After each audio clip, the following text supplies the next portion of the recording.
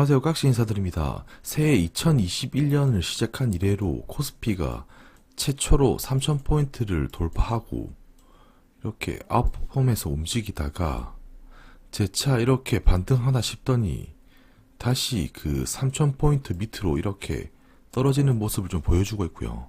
그러면서 1월 4주차에 이 코스피의 낙폭되는 흐름이 무려 7% 정도 이렇게 하락하는 흐름을 보여주면서 그 공포감을 상당히 좀 심어주고 있는 것 같습니다.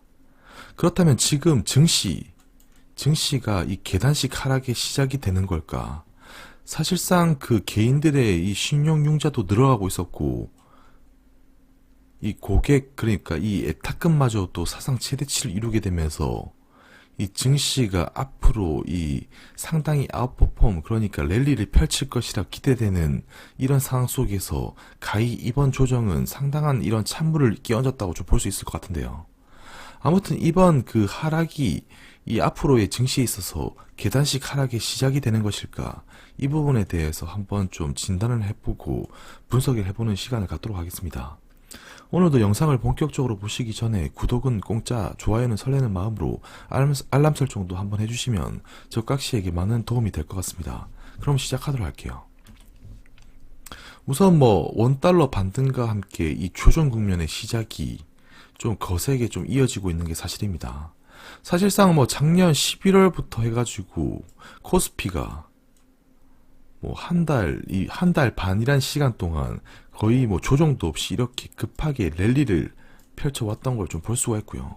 그런데 이런 랠리를 펼치는 와중에 다시금 달러가 반등을 하고, 그리고 재차 달러가 반등하면서 조지아주 상원선거 이후에는 이 블루웨이브 현실화 이후 다시 반등, 그리고 FOMC 이 회의 이후에 다시 재차 반등하면서 이런 공포장을 더 심어주고 있고, 현재 코스피가 이 고점 대비 약 한 7% 정도의 조정을 보이고 있어요. 1월 FOMC 회의 이후에 이 주식시장의 변동성이 확대되고 있고, 기준금리 그리고 채권 매입 규모를 이 현행 그 완화적 통화정책을 한다고 했음에도 불구하고 이런 식으로 좀 강한 조정이 이루어지고 있는 게 사실이고요. 그래서 사실상 시장이 보기에는 야, 이런 기대치를 지금 충족시키지 못했구나. 그러니까 약간의 그 더 큰 완화적인 통화정책을 기대했었는데 이런 기대치를 충족시키지 못했다는 판단하에 이런 차익 매물이 좀 실현되고 있다고 좀 생각이 들고요. 그리고 추가적으로는 아무래도 산이 높았던 만큼 그만큼 이 골도 깊은 것이라고 생각이 되고요. 그래서 코스피가 사실상 그 전 세계 이 주식시장에 있어서 가장 많은 이런 그 상승률을 기록했었기 때문에 이런 낙폭 또한 좀 크지 않나 이렇게 생각이 됩니다.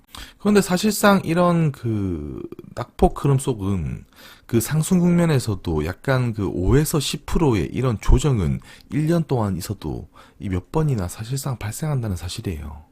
그래서 2020년 4분기 이런 랠리 장세였던 것을 좀 감안하면 현재의 조정은 오히려 이런 가열을 해소시키기에 어쩌면 좀 당연해 보인다고 생각이 듭니다. 그래서 이번 조정이 저깍시가 보기에 금융위기급의 위기가 아니라면 역시나 이 10% 전후로 조정 국면이 마무리될 가능성이 저는 좀 높다고 생각이 들어요. 그리고 우선적으로 봐야 할 게 아무래도 코스피는 곧 수출 실적이 좌우를 한다 이렇게 볼 수가 있습니다. 결국 코스피의 방향은 결국 수출 실적이 결정하는 법인데 지금의 수출 경기는 사실상 어떠한가요? 코스피와 이 한국 수출의 이런 궤적을 보게 되면 결국 똑같이 움직인다고 볼 수가 있고요. 이 수출이 상승 국면이 지속적으로 재개되면 코스피의 상승 흐름이 지속적으로 이어진다는 걸 볼 수가 있습니다.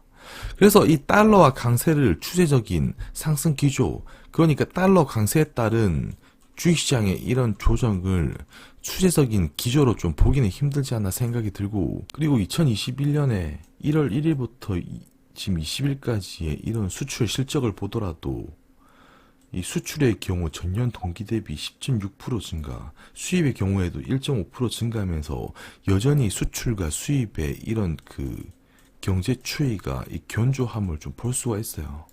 그래서 이런 추이가 견조하다면 여전히 코스피에는 이 달러에, 그러니까 원화에 오히려 강세를 지지하는 요소로 좀 볼 수가 있고요. 그래서 달러 강세를 저각시가 보기에는 추세적인 상승 기조, 그러니까 조정이 길어지는 국면으로 좀 보기 힘들지 않나 이렇게 생각이 듭니다. 그리고 지금 시장이 가장 두려워하는 것은 이 양적 완화를 중단을 시키지 않을까라는 이런 두려움이 조금 컸다고 좀 볼 수 있을 것 같은데요. 뭐 연초부터 뭐 테이퍼링 발언이 이런 그 시장 의원들로부터 조금 얘기가 나오고 있고, 이런 얘기로 인해서 금융시장에 좀 이렇게 찬물을 끼얹었다 이렇게 좀 볼 수가 있을 것 같습니다. 그런데 지금 미국은 사실상 긴축적 행보에 돌입하지 못할 것이라고 저는 생각이 되고요. 그래서 그 이유로는 미국의 부채, 그리고 제로금리, 현재 코로나 상황임을 이렇게 감안하게 되면 현재 당분간은 이런 그 연준의 자산 행보가 지속적으로 이렇게 이어지는 행보가 나올 것이지, 이렇게 축소되는 흐름으로 나오기 힘들다. 그러니까 테이퍼링의 행동을 취하기 힘들다는 것이에요. 그래서 지금 연준은 지속적으로 이렇게 완화적 스탠스를 유지할 수밖에 없을 것이고, 오히려 곧 있을 이 바이든 정부, 지금 바이든 정부의 이런 그 1조 달러의 재정 정책이 더해지게 된다면 오히려 경기 부양을 일으키는 효과를 더 일으킬 수 있을 것이라 생각이 듭니다. 결국 통화랑 재정이 뭐 경제의 가장 중요한 부분이 되는데, 이번 조정이 그래서 이런 추세가 지속적으로 이어지고 있고, 그리고 페드의 이런 연준 또한 이런 테이퍼링에 대한 의견을 일단락시켰기 때문에 지속적으로 이런 흐름이 좀 펼쳐질 것이라고 생각이 되고요. 그래서 과거처럼 2018년 1월 뭐 트럼프 부임 이후에 긴축적 행보로 이렇게 페드가 돌아서가지고 코스피도 이렇게 조정되는 흐름을 보였고, 이때 당시에 달러가 강세되는 흐름을 이렇게 나타냈었지만, 지금의 행보는 이런 그 대세 전환을 시키는 이런 국면은 아니라고 생각이 듭니다. 그리고 이번 조정 아무래도 블루웨이브가 현실화되면서 시장이 그 재정 정책에 기대감을 좀 불러올 수 있었고, 그러면서 동시에 이 국채 금리가 이렇게 상승하는 모습을 크게 볼 수가 있었어요. 이런 국채 금리는 사실상 그 상승하게 되면서 실질 금리는 이렇게 고정을 띠게 되고, 국채 금리가 상승하게 되면서 기대 인플레가 2%를 넘어가지고 이렇게 상승하게 되었는데요. 결국 국채 금리 마이너스 이런 그 실질 금리는 기대 인플레이션을 나타나게 되고, 인플레이션이 확대되면 확대될수록 사실상 그 긴축, 그러니까 물가가 오르게 되면 연준이 이제 더 이상 완화적인 행보를 중단하고 이 그 테이퍼링과 같은 이런 긴축적 행보에 돌입하지 않을까라는 이런 걱정에서 좀 비롯되었다고 볼 수가 있을 것 같아요. 그래서 지금의 상황은 실질금리는 하락세가 조금 정체되었지만, 경기 회복, 인플레 심리로 인해서 국채금리가 상승으로 기결되면서 이렇게 그 인플레가 더 올라가는 이런 자극되는 이런 우려감이 결국 긴축적 행보로 가지 않을까라는 이런 우려감이 표출된 것이라고 볼 수가 있는데, 결국 향후의 행방을 보게 되면 실질금리는 지속적으로 떨어지는 궤적으로 가게 될 것이고, 반면에 국채금리는 상승 압박을 받게 될 것이 자명해 보입니다. 사실상 국채금리가 상승 압박을 받는다는 것은 결국 1분기가 지나고 2분기가 뭐 되면 이 백신 효과도 어느 정도 반영이 될 거고, 백신 효과가 반영되게 되면 결국 경기 회복 흐름이 뚜렷하게 나타날 것인데, 이런 흐름이 나타날수록 결국 시간의 이런 증가와 함께 덩달아서 이런 국채금리는 상승 압박을 지속적으로 받을 수밖에 없다는 거예요. 그래서 이런 흐름이 경제에 있어서 약간 그 당연한 흐름인 것이지, 이를 부정적으로 보고 해석할 필요는 없다고 생각이 들고, 제가 뒷장에서 시장이 일시적으로 달러 강세를 띠는 이유를 이 과거에 그 있었던 사례를 조금 나타내면서 비교를 해보면서 좀 이야기를 해볼게요. 그래서 지금은 국채금리와 달러 인덱스와의 이런 상관관계에 대해서 한번 이야기를 해볼까 하는데요. 그러니까 지금의 국면과 이 과거의 비슷한 국면을 이렇게 대조해보면서 어떤 흐름이 펼쳐졌었는지를 한번 이야기를 해보도록 하겠습니다. 그러니까 지금 이 과거 이 페드의 완화적인 이 통화 정책이 유지되는 동안 국채 금리가 급등했을 경우 환율의 흐름이 어떻게 이어졌었는지 이 부분에 대해서 이야기를 한번 해보도록 할게요. 그 첫 번째 경우로 이 아래표의 이 차트를 보시게 되면 초록색 선이 국채 금리, 보라색이 달러 인덱스를 나타내는데 국채 금리가 이렇게 하락을 하다가 다시 2%까지 이렇게 2%에서 4%까지 이렇게 급등을 하게 되면서 달러의 가치가 이렇게 사실상 이 급하게 반등하는 흐름을 보이게 되었는데, 이때도 그 경기가 이제 바닥을 쳤구나 그러면서 경기 회복에 대한 물가 상승까지 이어지면서 인플레 기대가 고조되었고요. 그러면서 동시에 달러 인덱스가 국채금리 금리 반등과 함께 약간의 그 변동성을 느끼게 되면서 이 달러 인덱스가 일시적으로만 이렇게 급등하다가 다시 이렇게 약세로 돌아선 걸 좀 볼 수가 있습니다. 그리고 두 번째 2011년 초에도 이렇게 국채 금리가 뭐 한 2.4% 정도 되죠. 2.4%에서 한 3점 후반까지 이렇게 상승하는 기간에도 일시적으로 달러가 또 강세 현상을 띌 뿐 그 이후에 재차 약세 현상을 이렇게 보이게 됩니다.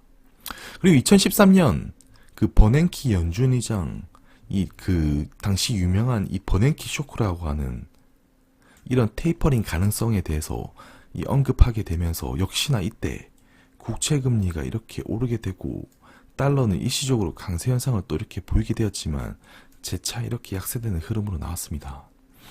그래서 저각시가 보기에도 지금 단기 국채 급등으로 인한 이 달러의 가치가 이렇게 일시적으로 강세 현상을 좀 띠는 것으로 이렇게 생각이 되고요. 그래서 뭐 이런 흐름이 과거에는 뭐 길게는 3개월, 1개월, 3개월 이렇게 이어진 걸 좀 볼 수가 있는데, 이번에도 길어진다 한들 1개월에서 3개월 정도의 이런 그 환율 달러 강세 흐름이 나오지 않을까 생각이 되고, 그 이후에는 재차 강한 달러 약세가 또 나올 수 있다고 생각이 들어요. 뭐 사실상 단기적으로 가열된 증시의 이런 쉬어가는 타이밍은 한 차례 더 이렇게 주가가 리레이팅 되기 위해서 필수적이라고 생각이 듭니다.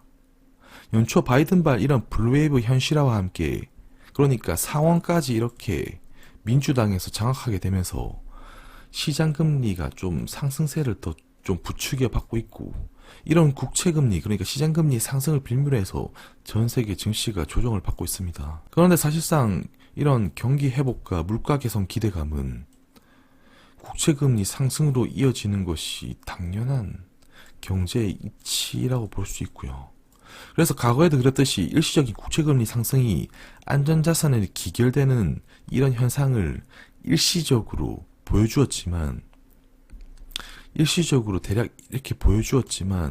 일시적으로만 달러는 강세를 띌 뿐 여전히 다시 뭐 길게는 1개월, 3개월 이후에 다시 달러 약세로 기결되는 모습을 보여왔다는 것을 볼 때, 이번에도 일시적으로만 달러는 강세를 띠면서 주가가 조정을 받을 뿐 다시 중기적으로 달러 약세로 기결될 것이라고 생각이 듭니다.